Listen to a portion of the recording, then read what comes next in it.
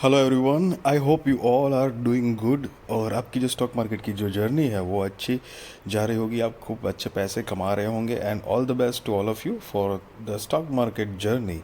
और साथ में यहाँ पर सिग्नोरिया क्रिएशंस लिमिटेड का आईपीओ आने वाला है गाइस। तो चलिए आईपीओ डिटेल्स देखते हैं। आईपीओ डेट जो है वो 12 मार्च 2024 से लेकर 14 मार्च 2024 तक है। फेस वैल्यू 10 रुपये पर शेयर। प्राइस बैंड जो है वो 61 रुपये से लेकर 65 रुपये पर शेयर है गाइस। सो ये एक बुक बिल्ट इश्यू आईपीओ है जिसका लॉट साइज जो है वो 2000 शेयर्स का है।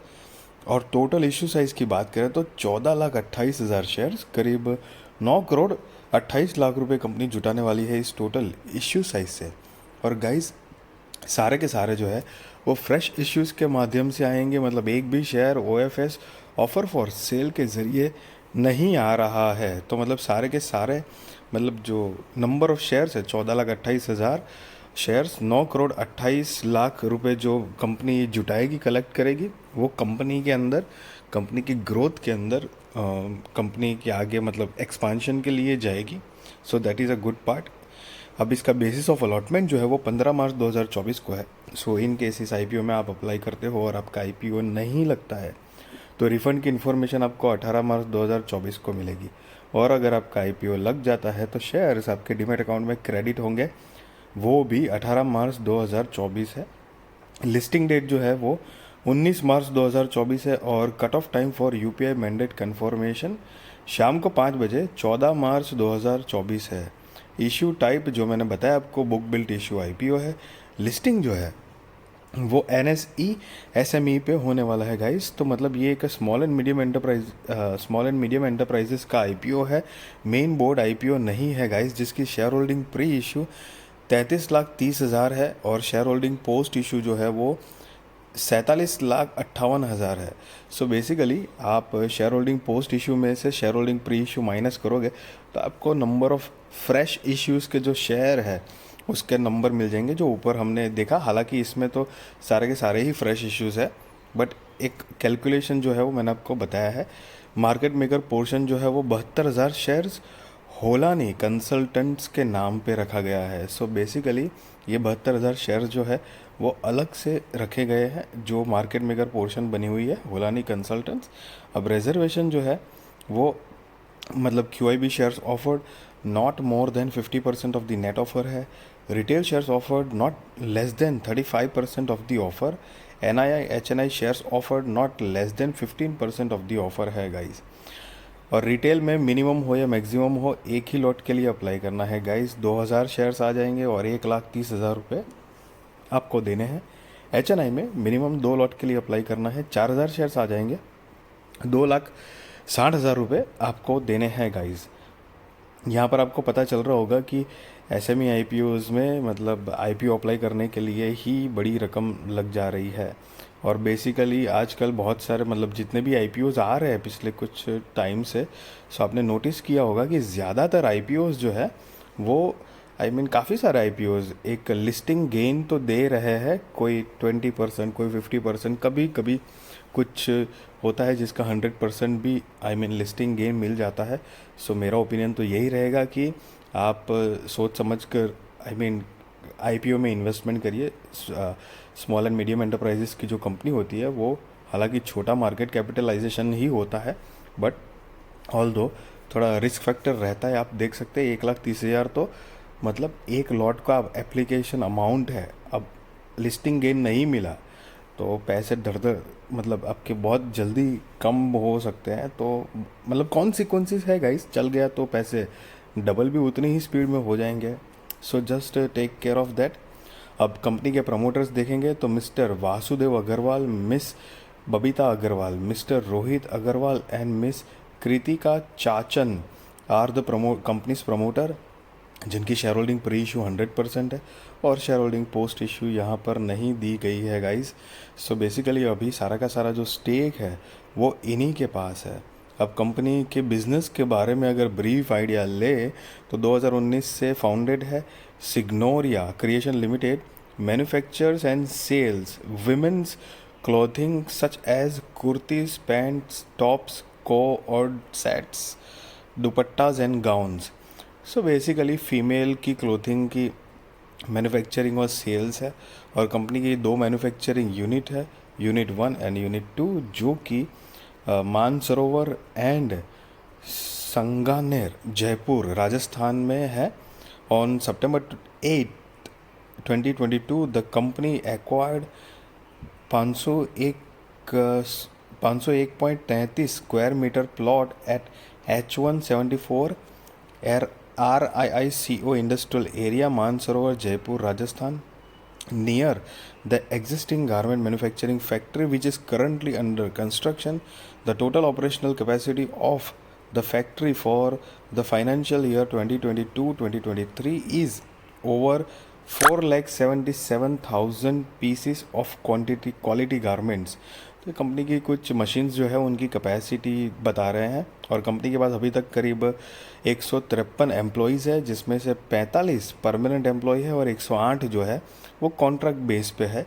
और मतलब ये डेटा जो है वो 15 फरवरी के हिसाब से है, 15 फरवरी और यस 2024। और कंपनी की अगर मतलब फाइनेंशियल्स देखेंगे कि मतलब एक्चुअली कंपनी बिजनेस क्या जनरेट कर पा रही है, तो गाइज़ यहाँ पर 31 मार्च 2021, 22, 23 और 30 सितंबर 2023 के फाइनेंशियल्स दिए हैं। ये सारे फिगर्स गाइज इन लैक्स में है, मैं आपको करोड़ में कन्वर्ट करके बताने वाला हूँ। और रिसेंट वाला जो है 30 सितंबर 2023 का, वो हम नहीं देखेंगे, बिकॉज हम थोड़ा कंपेयर कर लेते हैं ईयर ऑन ईयर बेसिस पे कंपनी का क्या प्रोग्रेस चल रहा है।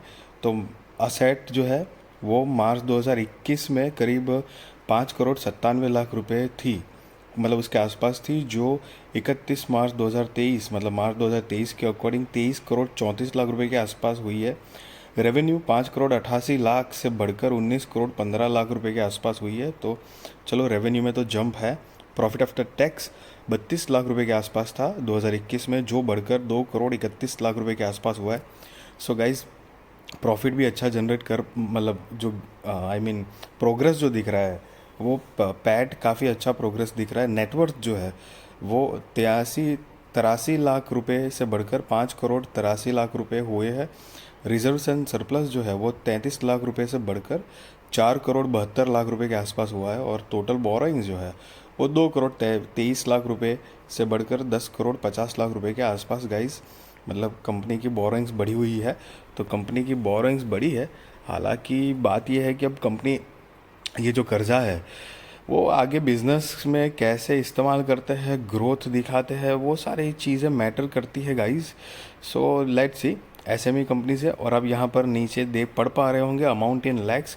हालांकि मैं अपना मतलब ओपिनियन बताऊँ तो मैं जनरली इतना मतलब बहुत कम बार एसएमई आईपीओज में इंटरेस्टेड होता हूँ। और क्योंकि आई I मीन मैं मेरा ये गणित होता है कि एक बारी पहले लिस्टिंग हो जाए, लिस्टिंग के बाद कम से कम 6-8 महीना या साल भर कंपनी कैसा परफॉर्म, स्टॉक कैसे परफॉर्म कर रहा है, और तब तक आने वाले टाइम में मतलब मार्केट की सिचुएशन क्या है वो भी एक पता चल जाती है। बिकॉज आप सबको पता है कि मार्केट जो है वो अपने ऑल टाइम हाई या ऑल टाइम हाई के आसपास ही चल रहा है, मतलब मार्केट इन शॉर्ट में टॉप पे चल रहा है। ऐसे माहौल में थोड़ी सी भी नेगेटिव न्यूज़, मतलब नेगेटिव एटमॉस्फेयर के कारण अगर मार्केट थोड़ा मोटा भी गिरता है, तो ये जो भी आईपीओज आते हैं उनमें मतलब लिस्टिंग गेन वाला जो चक्कर है, तो मतलब पैसे बहुत इजीली आपके मतलब काफ़ी कम हो सकते हैं guys.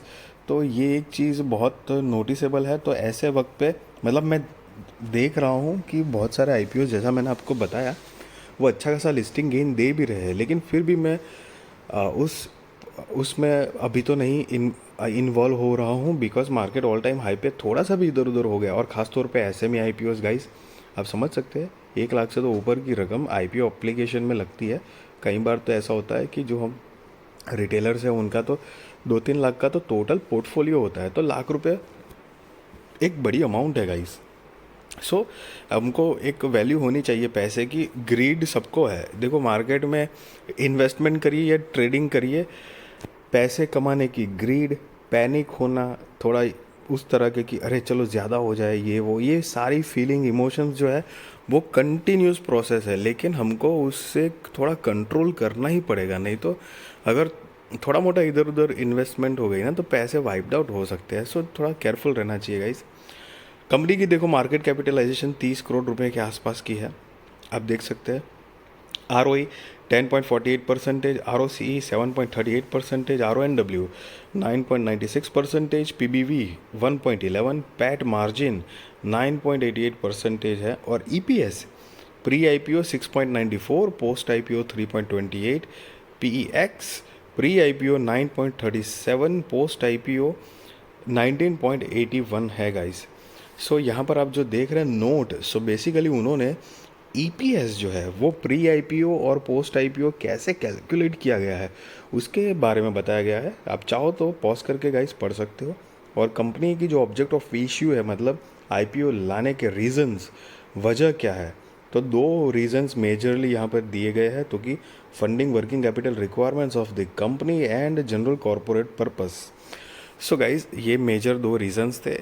And be responsible trader, be responsible investor guys, value your money. And I hope कि आपकी स्टॉक मार्केट की जो जर्नी है वो सक्सेसफुल हो, अच्छी हो, आप पैसे अच्छे से कमाइए, ध्यान से काम करिए।